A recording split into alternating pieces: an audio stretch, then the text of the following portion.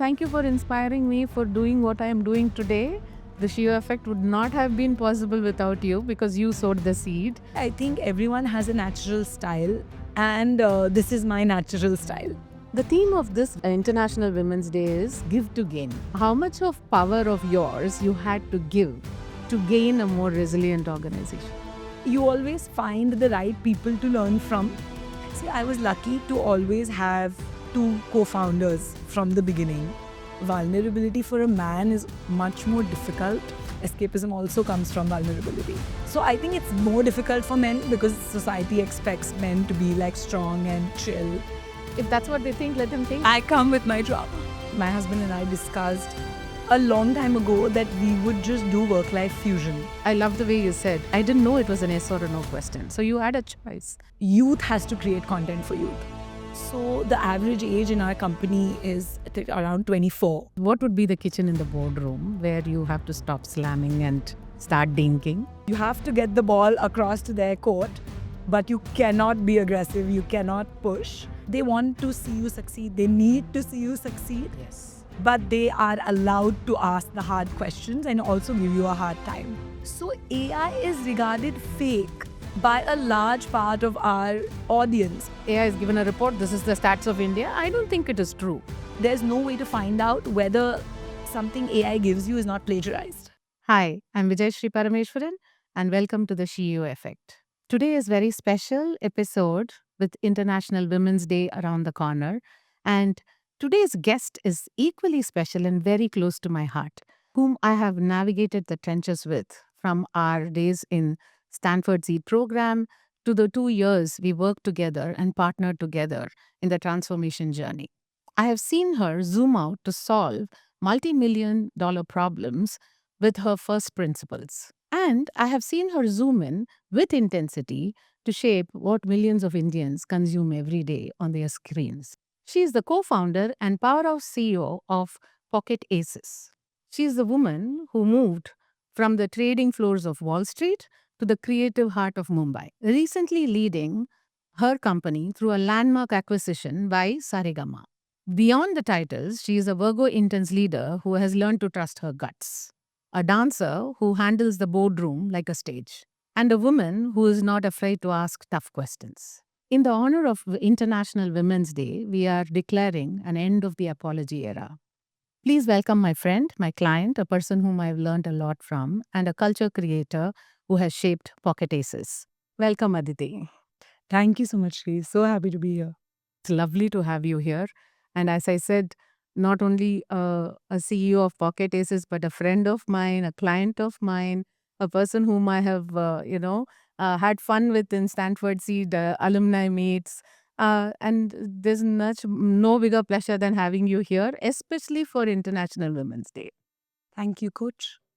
It's really good to be here. I want to start off with this question from finance to media and from a corporate world to being a co-founder and an operating CEO. What was the biggest unlearning for you on the leadership? See, when I was at Goldman in New York, I was just starting my career. I was not in those leadership positions where I had to then unlearn something. But obviously, I observed all my leaders at that time, whether it was my team managers or the department heads or even the senior partners in the firm. And I think I was very lucky to have some amazing leaders to set the example.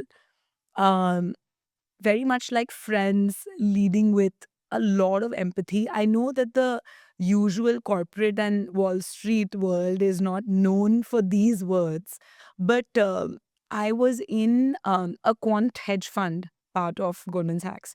And basically, we were a bunch of nerds, right? There were engineers, physicists, stat majors, these kind of people, PhDs on my floor. And so I think that's why it was so different than the usual, banking culture, which you see in Wolf of Wall Street. It was Yes. not like that at all, right? So I think that's what set for me how leadership needs to be, which is from the front and involved and carrying everybody along. I'll give you an example. So, uh, our team had like a backend team in Bangalore. So imagine we're in New York. There's a backend team in Bangalore, and whenever our algorithms used to run, so these are trading algorithms. They are running overnight in different markets while we are sleeping in New York. Um, but if there was any issue, the Bangalore team was instructed to call the New York team. And the line of calling was first to the team leads, then to the rest of us. So I just thought that, we would get calls like at least once a week at like 3 a.m., 4 a.m. And it was the team leads, who would take those calls first. And we were sleeping in peace.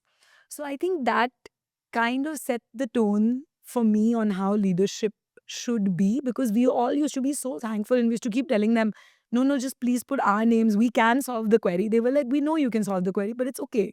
Like, we can deal with it, which was I think that was kind of what set the tone.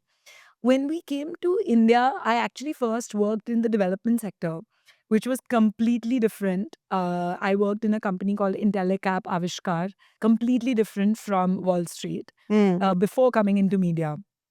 There also, I think, uh, all kinds of leaders, but somehow you always find the right people to learn from. And I think That's true. if your intent is to grow, then you attract the right kind of mentors also, and the right kind of cheerleaders. Mm. So I think that happened to me there as well. And, whether it's a founder of Avishkar or the CEO of Intellicap, like I was very close to them and very much they were involved in my growth. And I saw them also, right? It's a difficult sector, where funding is also difficult. Finding companies to fund is also difficult. Business models are very thin margins.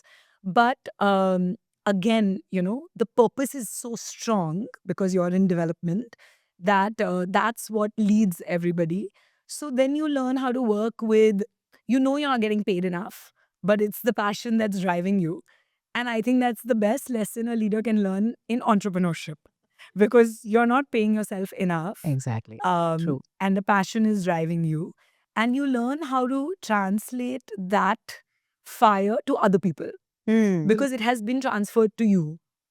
So I think it's that. It's like, how what you're passionate about, you're able to share and transfer to other people.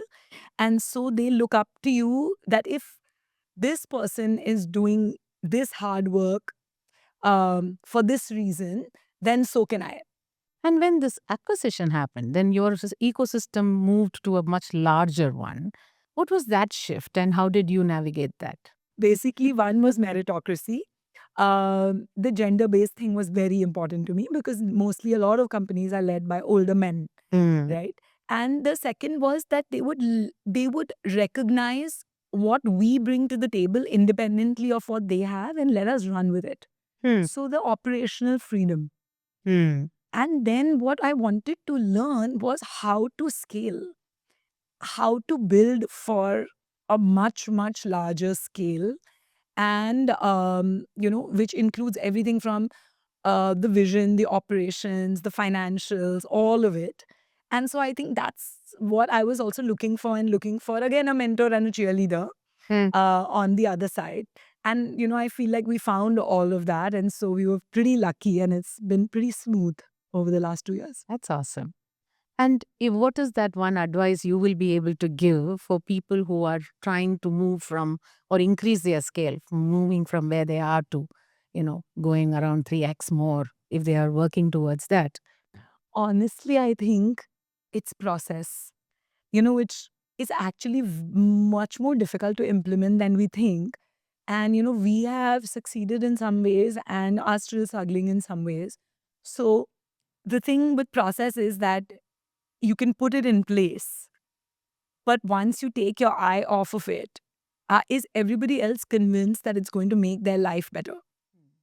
And what you see is that people actually find process to be very much more tedious, Hmm. and they don't look at the long term benefits of it. So, and also setting process takes time investment. So, what people feel is that, oh, mera kal ka kaam kaise hoga? Hmm. How am I going to finish my work for the next few days if I invest the time in setting something up that's only going to benefit me later, Yeah.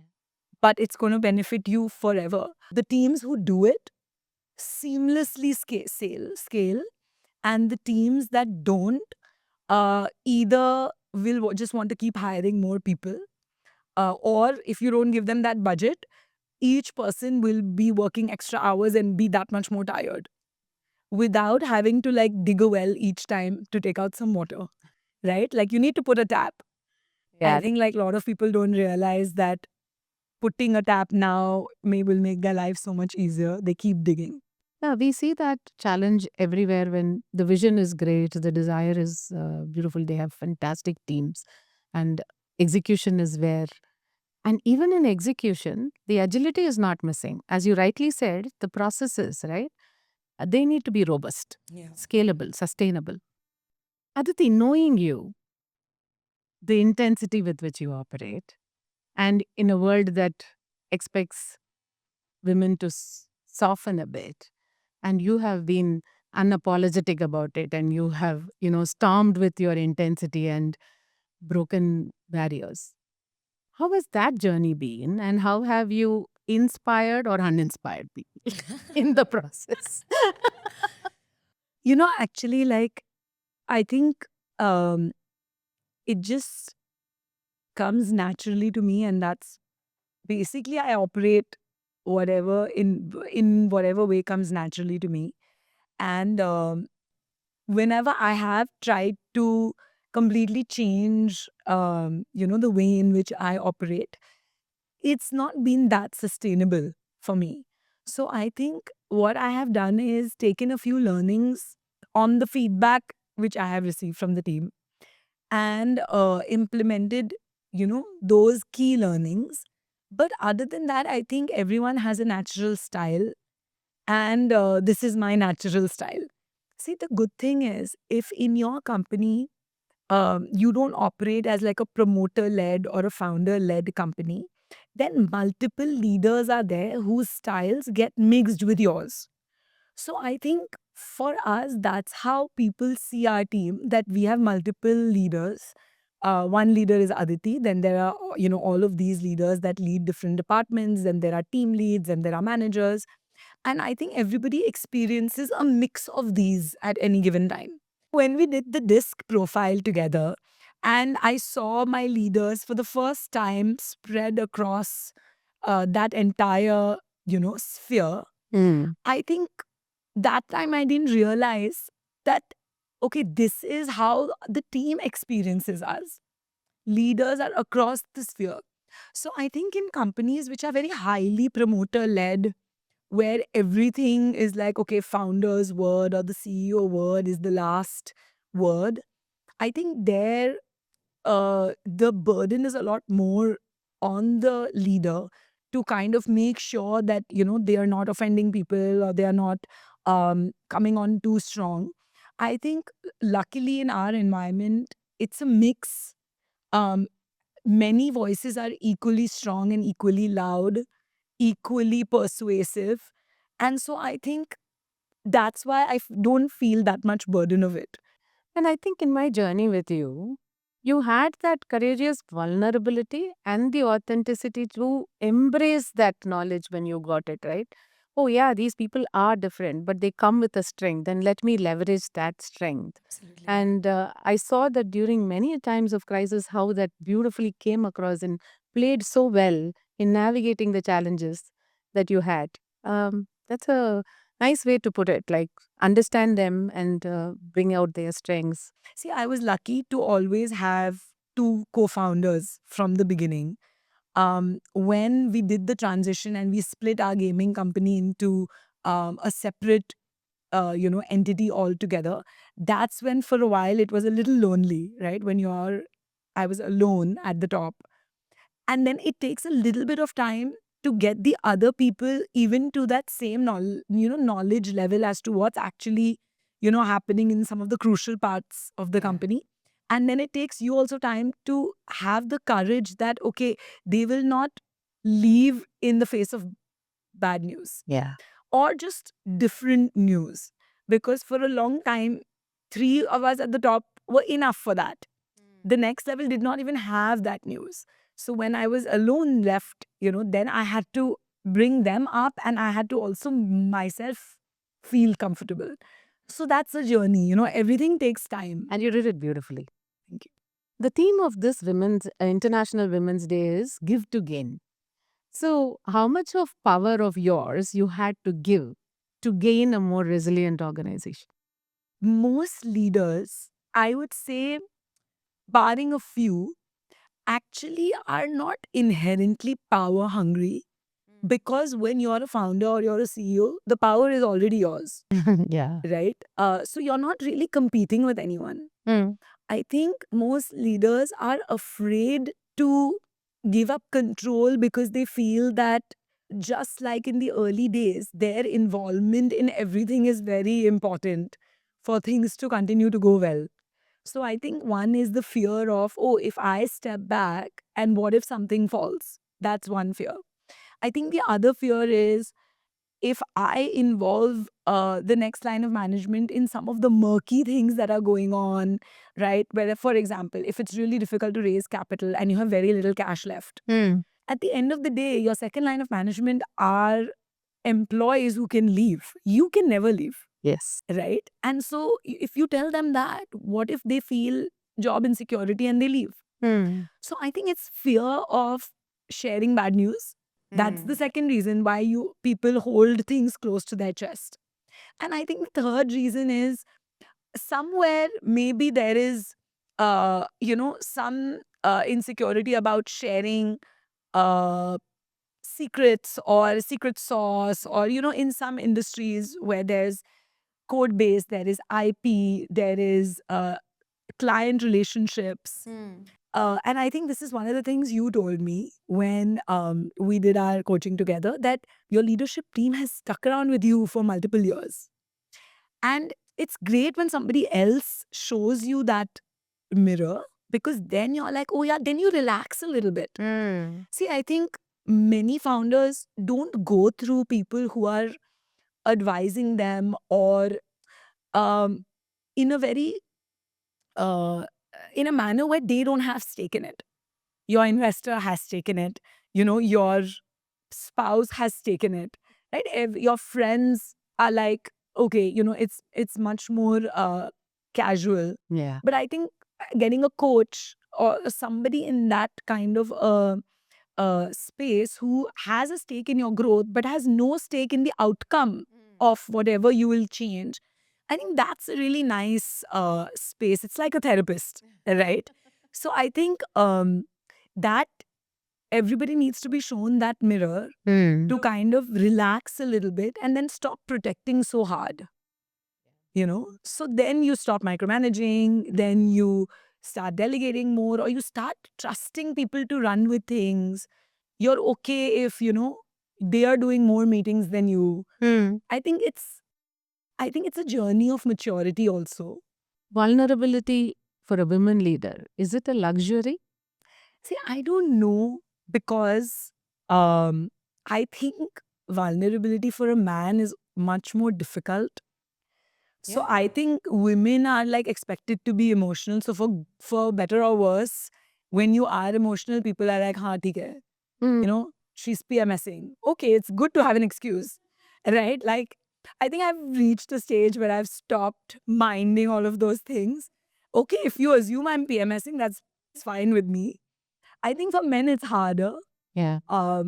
But we were actually having like a creative session for one of the videos that we're going to do on Filter Copy in the next couple of weeks. The discussion kind of led to like women face difficult conversations with so much intensity, and men just kind of like escape difficult conversations, and fine, at the end of the day we'll like chill with a beer. Both are good and bad in their own ways. One is escapist, you can say it that way, but it's also like, easygoing. And one is intense, but it's also, discussing the problem at hand and trying to solve it. Mm. I think both are different types of vulnerabilities. Mm. Escapism also comes from vulnerability. So I think it's more difficult for men because society expects men to be like strong and chill. And society expects women to be like, be like a drama queen. So it's fine. That's nice. You're giving a different perspective. It's fine. If that's what they think, let them think. I come with my drama. Beautiful. Aditi, this whole media world, constant shoots, designing, thinking through creative ideas, and then going to your meetings and walking the red carpet. I have seen your life, as busy as it could be, and you work from every single place. That's something I have learned. I have picked up that, and I keep working from any place that I travel to. Something which has helped me a little. Um, but how do you do that? The work life balance, how do you balance that? See, I think work life balance is very, very difficult to achieve. So, Ashwin and I, my husband and I, discussed a long time ago that we would just do work life fusion. Oh, See, it helps that we work together for a long period of time, but actually, even before that, we still had this a similar way of going about it. It's very difficult to draw these boundaries when you're an entrepreneur. And if you have a supportive partner, both ways, then I think that goes a hugely long way. So for us, work life fusion means that we still take a lot of vacations, but we are available and doing urgent work from everywhere. Right. So, yes, as you rightly said, like even during COVID, for example, we traveled and lived like literally for a whole year in different places, and we were working from everywhere just like people were working from home. But even beyond COVID or even before that, we have been on calls from a cruise ship in Antarctica. yeah. Last week I was in Maldives. I was reading scripts there. Okay. I think it's become a part of your daily life, so uh it doesn't hurt that much, or it doesn't break you that much. Oh, now I have to do work. It's like it's become like the mindset is okay, I have to eat, I have to look at my email, I have to, respond to messages, I have to sleep, and then I have to do scuba diving. So it's kind of like that. Yeah. So it eases it out, and we're Mm. still able to get away. Yeah. So I think that's really important. See, we made a decision. I don't talk about it much on podcasts, but to not have kids, Mm. right? Very early on, and it was not a very conscious decision. It just came up in a conversation where he asked me, "So, do you want to have kids?" And nobody had asked me that before. Growing up in a normal North Indian family, it's like you assume everybody has kids, so you also have to have kids. Usually, the question that people would ask is, "How many kids do you want?" And like zero was never like a possible answer. So when he asked me, "Do you want to have kids?" And this is way before we got married, like when we were dating, it was just a random conversation. Mm. And I was like, "Oh, I've never thought that this could be like a yes or no question." And when I thought about it, I was like, Not really." And he was also like, "Yeah, me also not really." And that kind of has played a big part of our lives, because I think other women, even leaders, even team members, and of course, entrepreneurs that I see around me, that's a humongous part of what they have to juggle. So, I think we've designed our lives in a way that suited us, despite, of course, as you can imagine, parents, in laws, lot of people not happy about it. One, having that, I love the way you said, oh, I didn't know it was an yes or a no question. So you had a choice. And that choice is something you own. And when you own it, it doesn't matter if your surrounding, family members are not happy with it. At least you stand with that conviction when you have a partner, Yes. who stands by you. Yeah. That's nice. Beautiful. I'm going to take a quick shift to um, again the media world and your opportunity to work with the Gen Zs. Yeah. And maybe Gen Alphas too. I'm not too sure. Maybe you should tell us the story. How has been your experience working with a generation which is more tech savvy, born in the digital world? Yeah. So we actually by design create content for youth. So when you create content for youth, youth has to create content for youth. So the average age in our company is I think around 24. Hmm. So it's a very, very young workforce. Every 5 years, I feel like there's now a generational shift when it comes to behavior and mindset. What I've realized working with a lot of young people is that high achievers across different generations are actually very similar to each other. So, whether it's a boomer or a Gen X or a millennial or a Gen Z, the people who are very high achiever, driven, alpha, very, very similar to each other. The others are where the differences show up a lot more.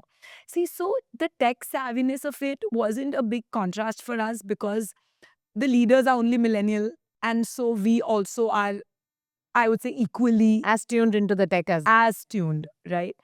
But I think it's the working style which we definitely had to kind of adjust or kind of learn how do we blend these different working styles. So actually for me, coming from Wall Street and then development to then media, the shock was that like people roll into the office around 11:30, 12, and I was like, oh my God, half the day is done, right? Like you're used to being at your desk at 8 a.m. Right? In Goldman, if you're at your desk at 8 or 5, people would frown on you. Right? So 8 a.m. you just had to be at your desk. So was like it's such a contrast. And initially I really tried to push, okay, at least by 10 a.m. everybody has to be in, which I thought was pretty reasonable. But actually what you realize is, hey, this is how the industry operates and you have to adjust, and it's not going to be the other way around. And so that adjustment was something that was the first kind of adjustment. I think the second kind of adjustment was this with COVID came the whole work from home culture, after which people still wanted some of those benefits. Yeah. So I know that most companies have moved to back to a complete work from office model. And honestly, I also wanted to do that. And I go in myself every day. So I do that for myself. But I think again, if you think about meritocracy or performance based, we have a hybrid model. If you are meeting your targets, Yeah. go ahead and do your hybrid model. If you're struggling, you may not think you need help, but you do. Then you come in 5 days for a week. So I think we found our balance, and I think nobody can, whether they're Gen Z or millennial, nobody can kind of find flaw in that logic. Hey, if you're hitting your targets, take that flexibility. One of the biggest things is what incentivizes young people, which is very different, I feel, from what incentivized my generation. Normally, you think it's money and more responsibility, right? Then it's simple. You do better, we give you more work, you climb up the ladder and you get more money. Simple. Nobody, lot of people don't want to climb the corporate ladder anymore. There's a lot of, podcasts about this from like experts, right? All of these roles are IC roles. So then it's difficult to like create a structure around. So if you're a really good writer, the managerial, kind of thing to do is to make you the head of writers. But you don't want to be the head of writers. You just want to write more difficult things yourself. That I think took us a little bit of while to adjust. So then you have to find people who also have that skill, but are also happy to manage people. And then you have to know why they want to do that versus not be an IC. So I think in media and entertainment, we found it very difficult because the IC culture is a very large culture. And then it was difficult to create those team structures or to find leaders when one left to replace. Right. So actually, we have a lot of positions in our company that even don't exist in other media companies. Also, I think they want to have a great time when they come to work. Now, of course, all of us want to have friends in the office and stuff, but we go to work. When we go to grow, we go to earn a salary, we go to be good at our job. But these guys come to socialize.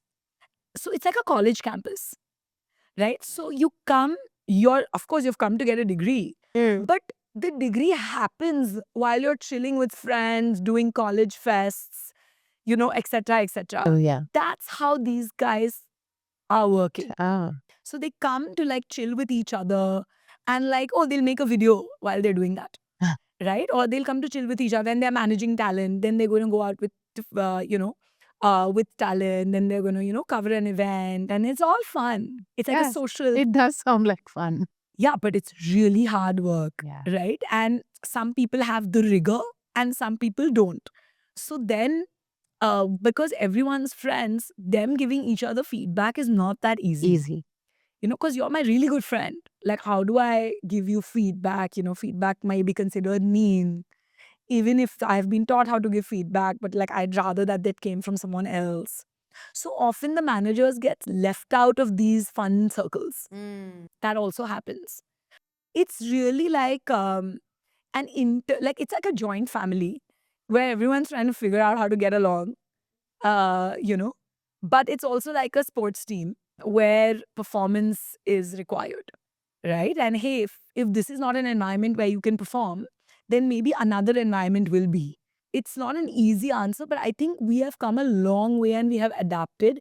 And now the Gen Z don't feel so different anymore because we have come little towards them, they have come little towards us. And of course, now Gen Alpha is still too young. But yeah, I think everybody is prepared for, how that we'll have to continuously adjust maybe every 5 years how we work. Thank you. That was wonderful insights and a very detailed one, which is, I'm sure, is going to be a masterclass for the audience. You mentioned pickleball, and I have a curious question there. Okay. In pickleball, you have this non-volley zone, which is called the kitchen, Yes. right? Where you have to be patient. I'm curious, what would be the kitchen in the boardroom where you have to stop slamming and start dinking? Wow, that's a really interesting analogy. So basically, in pickleball, in the kitchen, you have to play very delicately, right? You can't do anything overly aggressive, but it is also where most points are won or lost because it's very easy to make an error. Mm. Um, I think if I had to draw an analogy to the workplace, the right analogy would actually be like a board meeting with your investors where you have to tackle difficult questions, but you have to do it in a very, very patient manner. And you have to get the ball across to their court, but you cannot be aggressive. You cannot push. And I think it's really an art, which I think, to be honest, I think we were very lucky because it came very naturally to us. We've had different types of investors. So, from the biggest funds, venture capital funds, to family offices, to angel investors, to now obviously a large strategic investor. And each kind of investor gives you a different link, right? They're looking for something else from you. And I think their being detailed was our solution. Many people think that you can um, subvert questions by answering in brief. Hmm. But for us, it was always like, no, we're supposed to be the experts of this. Yeah. So for us, everything was detailed. Our decks are super detailed. Our answers are very long. And so I think it gives people comfort. So I think even if there's something negative that you need to explain, because you're providing the detailing of it and you're accepting rather than defending, I think it gives a lot of people comfort. So I would draw that analogy that with your investors, you're in a dink zone. Um, they have more power.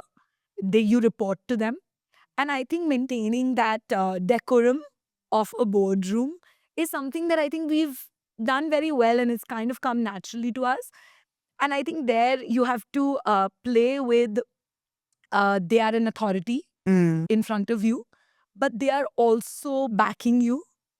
So it's a really nice balance. They want to see you succeed. They need to see you succeed, Yes. but they are allowed to ask the hard questions and also give you a hard time. So you need to be very delicate on how you handle it. Beautifully explained, Aditi. I think you have mastered the art, I should say. It also puts me to another thought. Now, every every employee or every individual is now backed with an AI personality, correct? Almost. I'm seeing that happening in almost all organizations now. You're not dealing with an employee who's human. You're dealing with an employee who is human plus an AI, with an AI agent or an assistant. Interesting. Yeah.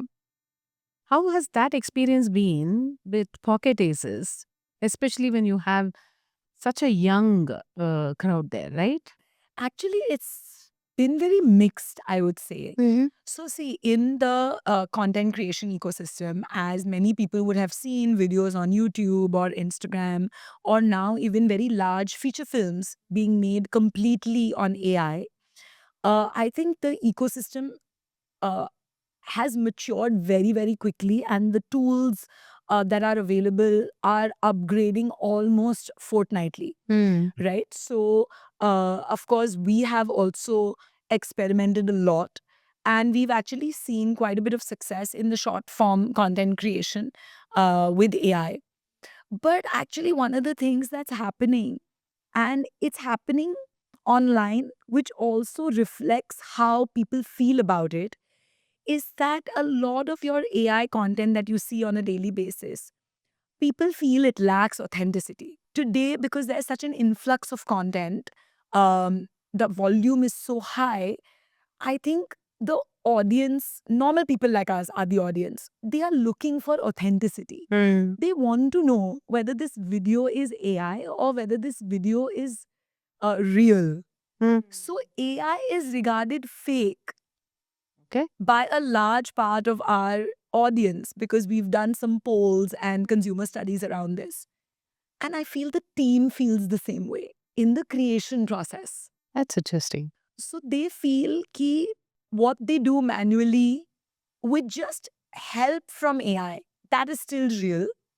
But if an AI is doing their work for them, that is not authentic. That is not real. So actually, it's been the opposite of what you would think for us. That from the top, we are pushing a lot because, the way we think about AI is efficiency, speed, and scale, right? There needs to be a big push of communication with how AI will also help increase scale of production, increase scale of agriculture, increase scale of startups, increase margins of large companies in such a way that they'll be able to actually increase their market cap and offer more jobs and offer more jobs at a higher pay. There is no such communication. The only communication is AI will take jobs. Yes. So I think this is a humongous gap. And when people are like, oh, India is behind the AI race, and I think the holistic communication is not happening. And yes, there are industries, especially in the tech world, coding, etc., where people are scared of losing jobs, Yes. right? Because that's the fastest use case that The has closest. grown in AI, right? With the code pilot, etc. So I think it's a very overall bigger complication. But yes, I think in the content world, the real versus fake is like the main Yeah. conversation. And of course, there's no way to find out whether something AI gives you is not plagiarized. We recently did a small experiment at Alcor where we pulled out. So, in every organization, psychological safety is a challenge, isn't it? And we just pulled out a report from AI saying, what do you think is the major factor for psychological safety in India? And it came out as fear. And we were like, that's not what we see in the ground. So, what are we seeing on the ground? Let's do a real time study. And we did a survey. And we opened the survey to all the closest organizations in LinkedIn and in our network circles. And interestingly, we just did it for 3 days. We just opened up and we wanted to see it's okay. Even if we get whatever volume, we will try. We got 176 response. And you will not believe the highest marking was not fear, it was futility. Interesting. If I go by AI and say that, okay, AI has given a report, this is the stats of India, I don't think it is true. I felt that, okay, this needs to be more real. And I really like real versus fake. We did that study too. And it was an interesting one. I'm yet to share it in the public media, but I'm just sharing it here with you Yeah. now that we came into that conversation. Aditi, all set for a rapid fire? I guess Let's go. What is the most overrated trait in a leader? this is not going to be rapid. That they have to know everything.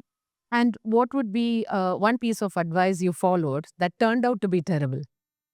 That I have to change my natural self and the way that I operate. Which you didn't. The most Bollywood moment of your CEO journey so far? Has to be walking the red carpet at Cannes. Okay. Yeah. What is one thing a male mentor told you that changed your perspective on power? So many things. I got your back. I think when somebody tells you that, you just relax and it changes your perspective on how much you have to try. And I think that's everything. If you had to lead a space tech company tomorrow, what's the first thing you would do? Honestly, I feel that there are so many amazing and complex problems to be solved on the earth. I have no desire to go to Mars or explore the rest of the universe. It's weird, but I just don't. Yeah. McD burger or a fine dining after a big win? McD burger with Ashwin, because that's like our relief zone. I think every big win comes with more relief than anything else. Yeah. And fine dining with everybody else to, celebrate. That's so beautiful. One word for the women who are out there who's still ambivalent about her success. Women are ambivalent about so many things. And I think they just need to ask for what they want and they need to own it. Be unreasonable. Be unreasonable. I Ask love for it. what you want. Data versus gut. Which one do you trust more in a creative meeting? Data. Data. What do you still tell the dancer in you when the stakes are high? Keep performing. That's what you learn when something falls off like a prop on stage, or even if you fall, you just have to get up and keep going. Yeah, it's live. The audience is looking, so you have to keep performing. That's also the hard part because you have to keep hiding Absolutely. what you actually feel, but that's what you have to do. Keep going. It's a performance. What is the CEO effect in exactly 5 words for you? Tigress, Hmm? mother, Hmm? confidant, Hmm? vulnerable, Hmm? needs to go to the spa. For sure. Thank you so much. I hope you enjoyed the conversation as much as I did, and I'm hoping the audience will love it too. I'm sure they will love it too for that courageous authenticity which you bring, the intensity you bring, the truth that you are unapologetic about, and just for being you, Aditi. Shri, I think you have a way to get it out of everyone who you speak to. So thank you so much for our friendship and for being the great coach.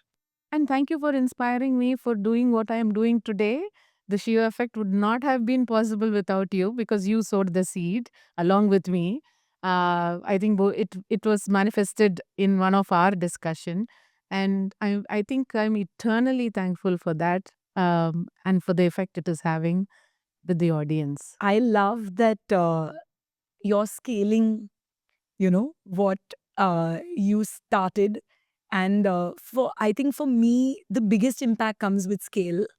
So I'm so happy that you're doing that because so many more people will get a chance to benefit from, your thoughts and these Our conversations. thoughts, I should. Yeah, and your frameworks, which I think have been, those are always at the background of, decision making for me. It's the frameworks more than anything else that have really benefited me. So hopefully you're going to share your frameworks too Yes. in this way. I think social media is a boom, and for knowledge sharing, it's something that can really benefit. So I'm so happy that you are doing this, and that you have a lovely team that is like Absolutely. executing this so flawlessly. Thank you so much. Thank you. Wonderful having you with us.